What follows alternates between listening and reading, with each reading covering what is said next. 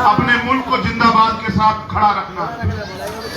ये चांद और ये सितारे मेरे साथ में रहे जब तक आपके हाथ मेरे हाथ में रहे, और साथ से टूट कर गिर जाए वो पत्ते नहीं है, हम आदियों से कह दो वो गांठ में रहे।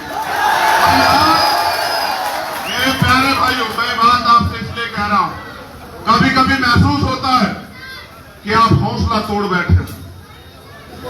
आदमी जंग में नहीं हारता, आदमी हार और जीत उसके हौसले पर निर्भर होती है। चुनाव आएंगे, 2022 भी आया, 24 भी आया, और उसके बाद के चुनाव भी आते रहेंगे, लेकिन ये जो चुनाव है, ये चुनाव इसलिए है कि जो आज की सरकार बैठी है हम उसको ये चेतावनी दे दें, अगर इस चुनाव में हमने बेहतर प्रदर्शन किया तो वो चेतावनी ये होगी कि हम तुमसे हार के घर नहीं बैठ रहे हैं, हम फिर लड़ेंगे जैसे कल लड़े थे, जैसे आज लड़ रहे हैं, और हम लड़ते रहेंगे, क्योंकि एक दिन हमारा इम्तिहान पूरा होगा और हम लोग जीतेंगे। हारता वो है जो लड़के घर में बैठ जाता है या जो हार मान लेता है। मैंने तो ये सुना है कि मान लो तो हार और ठान लो तो जीत। हम ठान के आए हैं मैदान में कि हम इस मैदान में आके जवाब देंगे हर उस शख्स को जो इस देश को बांटना चाहता है। हम जवाब देंगे हर उस विचार को जो नफरत की तराजू में तोलना चाहता है, जो चाहता है कि बंटवारा होता रहे, उसकी सियासत आगे बढ़ती रहे। आप यहां मौजूद हो, आकलन करो कि पिछले 1 साल में क्या क्या खोया।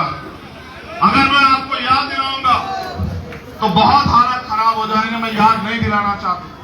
वरना देखो, मुल्क की सत्ताधारी दलों ने हमें ये दिया, मैंने वो आंदोलन देखा। ये गवाह बैठे नेता लोग हमारे जानते हुए नजर रखते होंगे कि सरकार के संरक्षण में 2 बच्चों को राजस्थान से उठा के लाते हैं हरियाणा के कुछ तथाकथित गुंडे, और उनको इतना पीटते हैं कि वो मरने के हालात में चले जाते हैं, और फिर उनको गाड़ी में रख के जिंदा जला दिया जाता है। ये क्यों होता है आपको पता है? ये इसलिए होता है क्योंकि सत्ताधारी दल का एजेंडा है ये कि जितनी नफरत फैला सकते हो फैलाओ, कि लोग सहन के डर के घर में बैठ जाएं। मैं बात आपसे इसलिए जिक्र कर रहा हूं कि हमें अपनी ताकत को मजबूत रखना पड़ेगा भाइयों। ये चुनाव है नगर की, शहर का, आपकी सड़क का, नाली का, बिजली का, पानी का। ये चुनाव है आपके हाउस टैक्स का, ये चुनाव है आपके स्कूल का, अस्पताल का। ये चुनाव है आपकी ताकत का।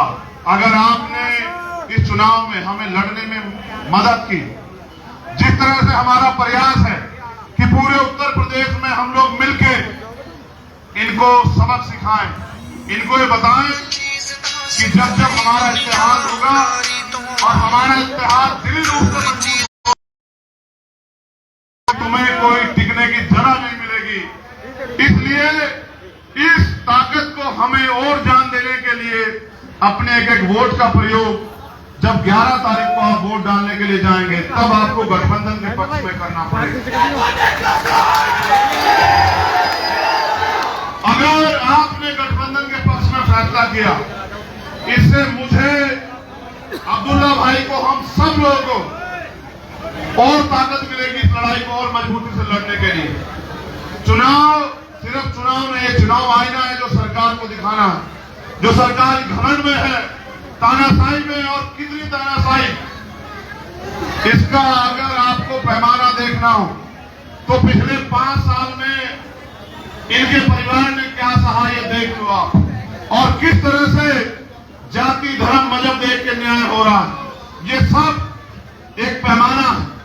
इसलिए मैं आपसे कहने के लिए आया कि मुझे आपकी मदद की जरूरत है, और मैं आपसे उम्मीद करूंगा कि जैसे आपने सबको मदद करके खड़ा किया, जैसे आपने सबको ताकत दी, जैसे आपने सबको बोलने की हिम्मत दी, इस बार आप ये हिम्मत हापुड़ में भी हमारे लोगों को देने का काम करो। आपकी दी हुई हिम्मत से हम जितनी तेजी से, जितनी ताकत से, जितनी हिम्मत से आज मुखर होकर लड़ रहे, उससे दुगनी ताकत से इस लड़ाई को लड़े।